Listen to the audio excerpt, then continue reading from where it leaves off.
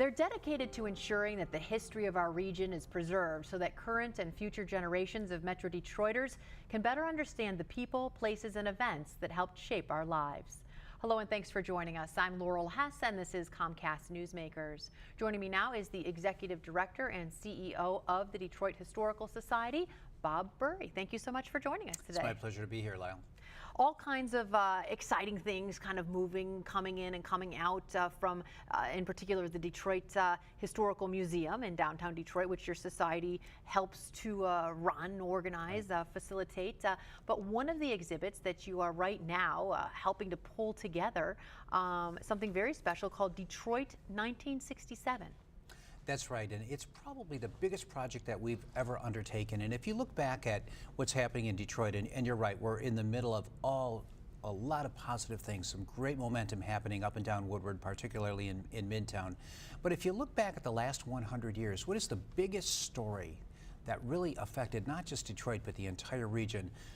The answer, after some thought, lands on the summer of 1967, which of course was a very tough time for Detroit and, for that matter, the rest of the country. Coming up on the 50th anniversary, and for those of who are watching who were not yet born or unaware of what happened, like myself, Yes.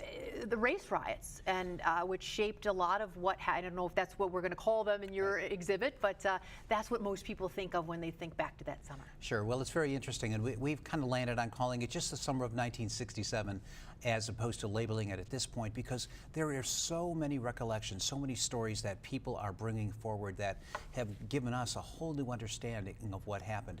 But the important thing is to understand there's historical facts. Things happened. There's a variety of different perspectives, all of which are important, and that's what this project will bring to life.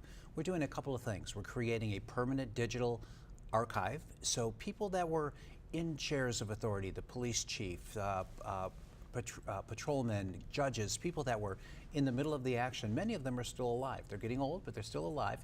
And we want to record those stories and video those stories, so we have them both for the purposes of our exhibit, but for a permanent digital archive, so that 100 years from now, people can look back at that time in Detroit, because it was very much a turning point in many ways. Other parts of the project are developing an exhibit which will open next fall, the fall of 2016, which will tell the story not just of that week, but starting back in 1920, how a whole series of events really led up to perhaps that catalyst moment. And also, very significantly, what does that mean for today, both in Detroit and the rest of the country? So right now you're sort of in the collection phase. If folks have good stories, perhaps photographs, artifacts, just tidbits of information that might pertain to that summer, you'd like to hear from them.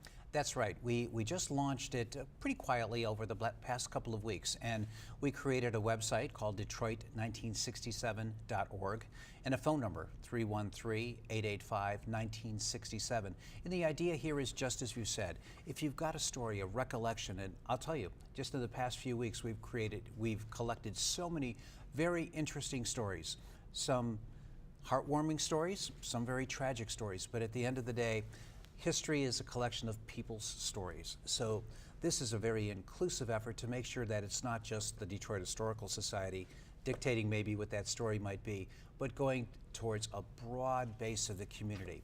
We've signed up a lot of partners to help us with this, from New Detroit to the Charles Wright Museum, and a whole lot of community groups in the city and suburbs as well. All right, fabulous. Again, that exhibit is going to debut in the fall of 2016. In the meantime, if you have something to contribute, they should get in touch with you. Thanks so much for joining us today. My pleasure. If you do have something to contribute or would like more information, you can visit DetroitHistorical.org. That will link you to the 1967 site as well.